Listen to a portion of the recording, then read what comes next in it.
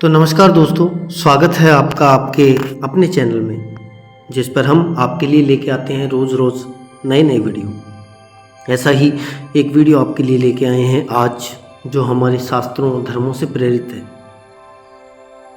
जैसा कि आपको शीर्षक से पता लग गया होगा कि जीवन में कुछ बड़ा करना चाहते हो तो आप अपनी सेक्सुअल एनर्जी को बचा के रखना चाहिए। तो इस वीडियो को शुरू करने से पहले आपसे एक रिक्वेस्ट है कि अगर आप इस वीडियो को आंख बंद करके ईयरफोन के द्वारा अकेले कान से सुनते हैं तो आप मेरे से ज़्यादा रिलेट कर पाएंगे, इन शब्दों की महत्ता को समझ पाएंगे। तो चलिए शुरू करते हैं। सांसारिक भोगों में एक विचित्र आकर्षण होता है। यही कारण है कि वे मनुष्य को सहज ही अपनी ओर खींच लेते हैं। किंतु इससे भी अद्भुत बात यह है कि जितनी ही अधिक मात्रा में प्राप्त होता है, मनुष्य का आकर्षण उतना ही बढ़ता जाता है। यानी किसी को काम जितनी अधिक मात्रा में प्राप्त होगा, उसका आकर्षण और बढ़ता जाएगा। मनुष्य का आकर्षण उतना ही उनकी ओर बढ़ता जाता है और शीघ्र ही वह दिन भी आ जाता है जब मनुष्य इसमें डूबकर नष्ट हो जाता है। संयम मनुष्य की शोभा ही नहीं, शक्ति भी है।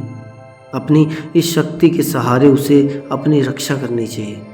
इस प्रकार सस्ते में उसका अंत कर डालना न उचित है न कल्याणकारी। कठिन साधनाएं न करने पर भी जो वीर्य को अखंड रख लेते हैं, वे अपने अंदर शक्ति का अक्षय भंडार अनुभव करते हैं और कुछ भी कर सकने की क्षमता रखते हैं। कुछ भी कर सकने की क्षमता रखते हैं। जीवन में कुछ अच्छा और बड़ा करना चाहते हैं तो आपको अपनी इस ताकत को बचा कर रखना होगा। भारत के आध्यात्मिक गुरु ओशो ने कहा था कि ब्रह्मचर्य सेक्सुअलिटी का विरोध नहीं है, बल्कि इसका मतलब है ट्रांसफॉर्मेशन, यौन ऊर्जा का सेक्सुअल एनर्जी का अधोगमन से ऊर्ध्वगमन। सेक्स के कारण यौन ऊर्जा नीचे की तरफ बह जाती है, जबकि ब्रह्मचर्य में ऊर्जा का ऊर्ध्वगमन होता है, अर्थात यह ऊर्जा ऊपर की तरफ उठती है। अगर पवित्र विचारों के जरिए सेक्सुअल एनर्जी को ओजस या आध्यात्मिक ऊर्जा में बदल लिया जाए तो इसे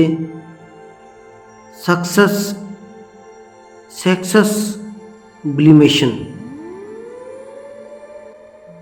कहा जाता है।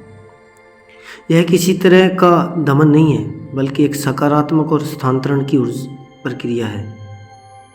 यौन ऊर्जा पर अपना नियंत्रण स्थापित करके इसे संचित करके दूसरी तरफ मोड़ देना, धीरे धीरे इसे ओजस शक्ति में तब्दील कर लेंगे। जैसे ऊष्मा प्रकाश और विद्युत में परिवर्तित कर ली जाती है, वैसे ही भौतिक ऊर्जा को आध्यात्मिक ऊर्जा में बदला जा सकता है। रासायनिक पदार्थों में होने वाले परिवर्तनों की तरह सेक्सुअल पावर को भी साधना के जरिए आध्यात्मिक ऊर्जा में परिवर्तित किया जा सकता है। इस प्रक्रिया से गुजरते हुए आत्मा के स्तर को ऊपर उठाना, शुद्ध विचारों की तरफ बढ़कर यौन ऊर्जा को ओजस शक्ति में परिवर्तित होकर दिमाग में संचित होती है। इस संचित ऊर्जा को आप बड़े से बड़े कामों में लगा सकते हैं। अगर आपको बहुत क्रोध आता है या आपके पास शारीरिक बल ज़्यादा है तो उसे भी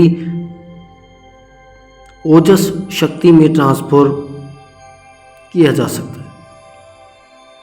जिसके दिमाग में ओजस शक्ति संचित हुई रहती है, उसकी मानसिक ताकत बहुत ज़्यादा बढ़ जाती है। वह बहुत ही बुद्धिमान हो जाता है। उसके चेहरे के पास एक देवीय तेज झलकने लगता है। वह कुछ शब्द बोलकर ही दूसरों पर अपना प्रभाव छोड़ सकता है। उसका व्यक्तित्व फिर सामान्य नहीं रह पाता, वह असाधारण हो जाता है। शंकराचार्य, ईसा मसीह आदि महापुरुष जीवन भर ब्रह्मचारी रहे। ऊंचे उठे हुए बुद्धिजीवी लोग अधिकतर संयमी जीवन ही बिताते हैं। वैज्ञानिक, दार्शनिक, विचारक, सुधारक तथा ऐसी ही उच्च चेतना वाले लोग संयम का ही जीवन जीते हैं। संयम से तात्पर्य मात्र शारीरिक ही नहीं, मानसिक और आध्यात्मिक ब्रह्मचर्य से भी है। यह एक सत्य है कि भोगों की अधिकता मनुष्य की शारीरिक, मानसिक और आत्मिक तीनों प्रकार की शक्तियों का नुकसान कर देती है। यह रोग युवावस्था में ही अधिक लगता है, यद्यपि उठती हुई आयु में शारीरिक शक्ति ज़्यादा होती है। साथ ही कुछ न कुछ जीवन तत्व का नव निर्माण होता रहता है, इसलिए उसका बुरा असर शीघ्र ही दिखलाई पड़ता है। लेकिन युवावस्था के ढलते ही इसके बुरे परिणाम सामने आने लगते हैं।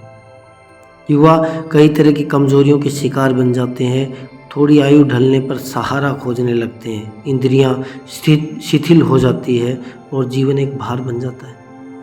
शरीर का एक तत्व वीर्य, जो मनुष्य की शक्ति और वास्तविक जीवन कहा गया है, का अपव्यय होता चला जाता है, जिससे सारा शरीर एकदम खोखला हो जाता है। तमाम सिद्ध हस्तों ने इसी वीर्य की ताकत का संचय कर बड़े बड़े चमत्कार किए। इसमें हैरानी की कोई बात नहीं कि हमारी अधिकतर ऊर्जा यौन ऊर्जा में संचित होती है। दृढ़ इच्छा शक्ति के जरिए हम अपनी यौन ऊर्जा को अद्भुत क्रिएटिविटी में बदल सकते हैं। इस प्रक्रिया को अपने जीवन में उतारने वाले कई विश्व प्रसिद्ध हस्तियों के उदाहरण हैं, जैसे Nikola Tesla, Mahatma Gandhi, Richard बेंगर, Homer, Henry Thoreau, Leonardo da Vinci. विदेशी प्रचारकों ने भी इसकी कम प्रशंसा नहीं की है। प्रसिद्ध प्राणी विज्ञानी डॉक्टर बॉनहार्ड ने अपनी पुस्तक सेलिबेसी एंड रिहैबिलिटेस में लिखा है कि ब्रह्मचारी यह नहीं जानता कि व्याधिग्रस्त दिन कैसा होता है। यानी जो ब्रह्मचारी है उसको नहीं पता कि बीमार पड़े व्यक्ति का दिन कैसा होता है। उसकी पाचन शक्ति सदा नियंत्रित रहती है, उसको वृद्धावस्था में भी बालक अवस्था जैसा आनंद आता है। अमेरिकी प्राकृतिक चिकित्सक डॉक्टर बेंडिकट लूस्ट्रा ने अपनी पुस्तक नेचुरल लाइफ में कहा है कि जितने अंशों तक जो मनुष्य ब्रह्मचर्य की विशेष रूप से रक्षा और प्राकृतिक जीवन का अनुसरण करता है, वह उतने अंशों तक वह विशेष महत्व का कार्य कर सकता है। स्वामी रामतीर्थ कहा करते थे कि जैसे दीपक का तेल बत्ती के सहारे ऊपर चढ़कर प्रकाश के रूप में बदल जाता है, वैसे ही ब्रह्मचारी के अंदर का वीर्य तत्व सुषुम्ना नाड़ी के द्वारा प्राण बनकर ऊपर चढ़ता है और ज्ञान दीप्ति में परिवर्तित हो जाता है। आपके अपने चैनल पर रेतस का जो तत्व रति यानी काम, यौन संबंध बनाने के समय काम में लगता है। जितेंद्रिय होने पर वही तत्व प्राण, मन और शरीर की शक्तियों को पोषण देने वाले एक दूसरे तत्व में बदल जाता है। तो बिना किसी विलंब के आधुनिक विज्ञान इतना विकसित हो जाने पर भी वीर्य की वीडियो में स्वामी विवेकानंद सिद्धांत निश्चित नहीं कर पाया। सामान्य शारीरिक रासायनिक रचना के अतिरिक्त उन्हें इतना ही पता है कि वीर्य का एक उसने जो स्पर्म स्त्री के एक ओवम से मिल जाता है, यही वीर्य कोश पुनः उत्पादन आरंभ कर देता है और अपनी तरह तमाम कोश मां से प्राप्त आहार द्वारा कोशिका विभाजन प्रक्रिया के अनुसार विभक्त होता चला जाता है। कई सारी किताबें कहना न होगा कि वीर्य की सूक्ष्मतम चेतना एक अति सूक्ष्म अंश है। किताब चाहिए। एक स्पर्म की लंबाई 1/1600 से 1/1700 इंच। अभी तो मैंने आपको किताब जिसमें न केवल मनुष्य शरीर वर्ण विराट विश्व के शक्ति बीज छिपे होते हैं। इतनी सारी किताबें सृष्टि को बहुगुणित बनाने की व्यवस्था भी इन्हीं बीजों में निहित होती है। स्वामी जी का जवाब, इसकी शक्ति का अनुमान किया जाना कठिन है। इन 10 खंडों में से भ्रूण काल के निर्माण के बाद शिशु जब विकसित होना प्रारंभ करता है तो ओजस उसके मस्तिष्क में संचित होता है। और मैं तुम्हें सबका यही कारण है कि गर्भ में संतान का सिर नीचे की ओर होता है। जन्म के समय 10 रत्ती वीर्य बालक के ललाट। स्वामी जी हंसे और बोले कि शास्त्रों के अनुसार 9 से 12 वर्ष तक वीर्य शक्ति भौहों से उतरकर कंठ में आ जाता है। तो प्राय इसी समय शरीर बच्चे के स्वर में सुरीला बनाता है। इसके सारी किताबें एक तरफ पूर्व दोनों की ध्वनि एक जैसी होती है। और 12 से 16 वर्ष की आयु में वीर्य मेरुदंड से उपस्थित की ओर बढ़ता है और धीरे धीरे मूलाधार चक्र में अपना मनुष्य के अंदर तो नहीं हो सकती। काम विकार पहले मन में आता है, उसके बाद तुरंत ही मूलाधार चक्र उत्तेजित होता है। तुम जिसे शक्ति उसके उत्तेजित होने से वह सारा ही क्षेत्र हर व्यक्ति इसमें की कामेंद्री भी शामिल है उत्तेजित हो उठती है। सिर्फ ब्रह्मचर्य स्थिति में ब्रह्मचर्य की संभावना कठिन हो जाती है।